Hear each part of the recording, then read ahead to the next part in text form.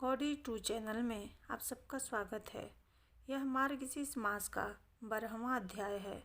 इससे पहले के अध्याय में आप लोगों ने सुना कि भगवान विष्णु ब्रह्मा जी को वीरबाहु नाम से प्रसिद्ध राजा की कहानी सुना रहे थे और भारद्वाज मुनि वीरबाहु के पूछने पर कि किस पुण्य के प्रभाव से मुझे अखंड राज्य लक्ष्मी, पतिव्रता स्त्री, पुत्र आदि की प्राप्ति हुई है, महामुनि भारद्वाज वीरबाहु को उसके पिछले जन्म की कहानी बता रहे थे। तो आइए अब सुनते हैं आगे की कहानी। देव शर्मा ब्राह्मण कहने लगे कि हे वत्स, सहसा भगवान में तुम्हारी ऐसी बुद्धि हो जाने के कारण तुम्हारे सैकड़ों जन्म के पाप नाश हो गए। तुम बिना किसी व्रत या तीर्थ के ही करोड़ों पापों से मुक्त हो गए हो। मेरे आतिथ्य सत्कार तथा भक्ति के कारण तुमको विष्णु पद प्राप्त हुआ। इसी पुण्य प्रभाव से तुम्हारी ऐसी बुद्धि हो गई है। मैंने युग द्वारा तुम्हारे पूर्व जन्म के कर्मों को जान लिया है। हे वत्स, तुम पूर्व जन्म में अवंती नगरी के रहने वाले ब्राह्मण थे। धर्म में परायण, सदा अध्ययनशील, सुशील और सदा व्रत करने वाले, परंतु तुमने विष्णु भगवान का एक 10वीं विद्या एकादशी का व्रत कर लिया। इसी से तुम्हारे समस्त पुण्य नष्ट हो गए। जैसे शूद्रा का पति होकर ब्राह्मण नष्ट हो जाता है, वैसे ही तुम्हारे सब पुण्य नष्ट हो गए। कई हजार वर्ष तक तुमको नरक यातना भोगनी पड़ी।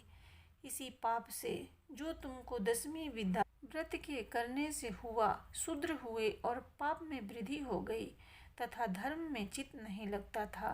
विदर्भ नगर में तुम्हारी लड़की का लड़का रहता है।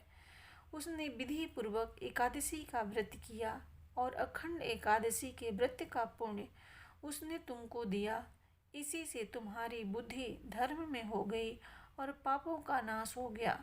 उस एकादशी के पुण्य प्रभाव से यमराज ने 10वीं विद्या एकादशी के पाप को और 10,000 पूर्व जन्मों के पापों को मिटा दिया है। इस प्रकार वह शूद्र और देव शर्मा ब्राह्मण दोनों बातचीत कर ही रहे थे कि स्वयं भगवान वहां पर आकर उपस्थित हो गए और कहने लगे, हे शूद्र, तुम्हारा स्वागत हो। मैं तुम पर अति प्रसन्न हूँ। तुमने ब्राह्मण का आतिथ्य सत्कार किया, इससे तुम्हारे सब पाप नाश हो गए। तुम्हारे दोहित्र से किए गए एकादशी के व्रत के प्रभाव से 10वीं विद्या पाप नाश हो गया और उस पुण्य के द्वारा तुम्हारा उद्धार हो गया। तुम अपनी पत्नी सहित गरुड़ पर सवार हो जाओ। ऐसा कहकर देवाधिदेव भगवान विष्णु ने उनको अपने विमान पर बिठाया और हे राजन, शूद्र शरीर से तुम स्वर्ग को गए और देव शर्मा ब्राह्मण तीर्थराज प्रयाग को गए। सो हे राजन, जो कुछ तुमने पूछा था उसका उत्तर मैंने दिया। अखंड एकादशी के व्रत के पुण्य से तथा अतिथि सत्कार से तुमको भगवान की भक्त और पतिव्रता स्त्री मिली और निष्कंटक राज्य भी मिला। यह कथा सुनकर राजा वीरबाहु बोले कि हे ब्राह्मण, विष्णु भगवान को प्रसन्न करने वाली अखंड एकादशी के व्रत की विधि अच्छी तरह से कहिए। ऋषि कहने लगे कि हे नृप श्रेष्ठ, पवित्र एकादशी के व्रत की विधि जो पहले भगवान विष्णु ने नारद जी से कही थी, मैं तुमसे कहता हूँ, आप सुनिए। सुंदर उद्यापन विधि भी कहूँगा। मार्गशीर्ष आदि मासों में एकादशी के दिन इस पवित्र अखंड एकादशी का व्रत करना चाहिए। 10वीं के दिन शाम को सूर्यास्त के पूर्व भोजन करना चाहिए। एकादशी के दिन उपवास करना चाहिए तथा द्वादशी को एक बार भोजन करना चाहिए। इसको अखंड एकादशी व्रत कहते हैं। सूर्य नारायण के मंद प्रकाश होने पर उसको नक्त भोजन कहते हैं, परंतु रात्रि का भोजन करने पर नक्त भोजन नहीं कहते।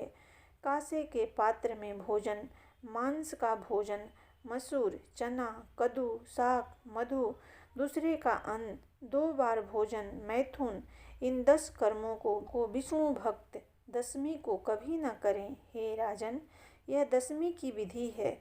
अब एकादशी की विधि सुनिए। अनेक बार जल पीना, हिंसा, अशौच, मिथ्यापान, लकड़ी का दातुन, दिन में सोना, मैथुन, जुआ खेलना, क्रीड़ा खेलकूद, रात्रि में सोना, पतितों बुरे मनुष्यों से भाषण, यह 11 कर्म एकादशी के दिन विष्णु भक्त कदापि न करें और भगवान से यह प्रार्थना करें कि हे केशव, आपकी प्रसन्नता के लिए मैंने आज रात्रि तथा दिन के लिए यह नियम किया है। हे देवेश, आज मेरे लिए स्त्री सुख और भोजन सुख नहीं होगा, इन दोनों का मैंने परित्याग किया है। परंतु हे पुरुषोत्तम, यदि स्वप्न अवस्था में विकलता में भोजन मैथुन हो जाए या दांतों में उच्छिष्ट अन्न लगा रह जाए तो उसको क्षमा करना। अब उपवास का लक्षण कहते हैं पाप कर्मों से निवृत्त होकर जो दया, दक्षिणा आदि गुणों के साथ बुद्धिकृत वास है, उसी को उपवास कहते हैं। कि उपवास शरीर का शोषण करने को उपवास कहते हैं। विष्णु भक्त पूर्वोक्त 10 काम, मधु तथा शरीर का मर्दन आदि द्वादशी को त्याग दें और यह कहें कि हे गरुण ध्वज, आज मुझे पाप नाशिनी पवित्र द्वादशी प्राप्त हुई है, अतः आज मैं पारण करूँगा, आप प्रसन्न हों। इसके पश्चात ब्राह्मण से कहें कि हे द्विजोतम, मैंने विष्णु भगवान की प्रसन्नता के लिए एकादशी का नियम लिया है और आज आपकी कृपा से भोजन करूँगा। इस विधि से 1 वर्ष पर्यंत व्रत करें। वर्ष के पूर्ण हो जाने पर बुद्धिमान उसका उद्यापन करें। यदि मध्य तथा अंत में उद्यापन करें तो उद्यापन नहीं करता, वह कुष्ठी और अंधा होता है, अतः अपनी शक्ति के अनुसार उद्यापन अवश्य करना चाहिए। वह उद्यापन पवित्र मार्गशीर्ष मास के शुक्ल पक्ष में करें। विधि को जानने वाले 12 ब्राह्मणों को और 13वें अच्छे विद्वान स्त्री सहित आचार्य को बुलाकर यजमान शौच आदि स्नान कर श्रद्धा से जितेंद्रिय होकर पाद्य, अर्घ्य, वस्त्र आदि से आचार्य का पूजन करें। इसके पश्चात आचार्य पंचरंगों से सुंदर सब पर्वतों भद्र चक्र कमल बनाकर सफेद वस्त्र से वेष्टित कर और पंचरत्न डालकर घट को जल से पूर्ण करें तथा पंच पल्लवों से युक्त कर कपूर अगरू से सुगंधित करें। घर पर तांबे का पूर्ण पात्र रखकर लाल कपड़ों और पुष्पमाला उसके चारों तरफ लपेट सर्वतोभद्र मंडल के ऊपर स्थापित करें। उस घट के ऊपर भगवान लक्ष्मी नारायण की प्रतिमा स्थापित करें। प्रतिमा 16 माह से सोने की बनावें। वाहन तथा शस्त्र से युक्त तथा 4 अंगुल प्रमाण की होनी चाहिए, अथवा जैसी शक्ति हो वैसी लेवें, परंतु धन रहने पर कंजूसी न करें। मूर्ति स्थापित कर मंडल में 12 मासों के देवताओं की स्थापना करें और अखंड एकादशी व्रत के निर्मित उनके स्वामियों की पूजन करें।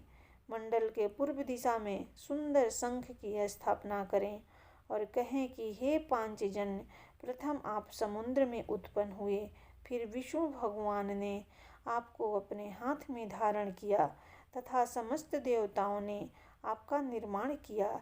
हे पांचजन्य, आपको नमस्कार है। मंडल के उत्तर की तरफ वेदी बनावें और संकल्प करके वेदोक्त विष्णु मंत्रों से हवन करें। अपने स्थान में विष्णु की और हरि की स्थापना करें और पुरुष सूक्त और पौराणिक मंत्रों से पूजन करें। फिर प्रदक्षिणा करें।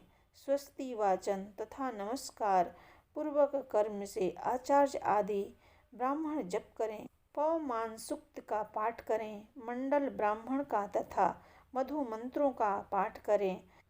ऋग्वाच ब्रह्मा, साम मंत्र, पवित्र सूर्य के मंत्र और विष्णु भगवान की संहिता का पाठ करें। जब के बाद कलश के ऊपर सांगोपांग विष्णु प्रतिमा स्थापित करें। दूसरे दिन सूर्योदय के होने पर क्रम से हवन करें।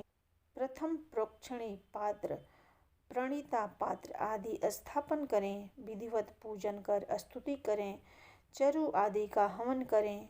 गृह सूत्र के विधान से यज्ञ की अग्नि आदि क्रिया को करें तथा 2 चरु बनावें, जिसमें विष्णु के निर्मित एक पायस खीर की चरु बनावें।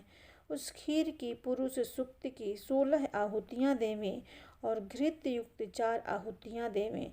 घृत में भिंगोकर इदम विष्णु इस मंत्र से आदेश मात्र पलाश की समीधा से कर्म सिद्धि की निमित्त हवन करें।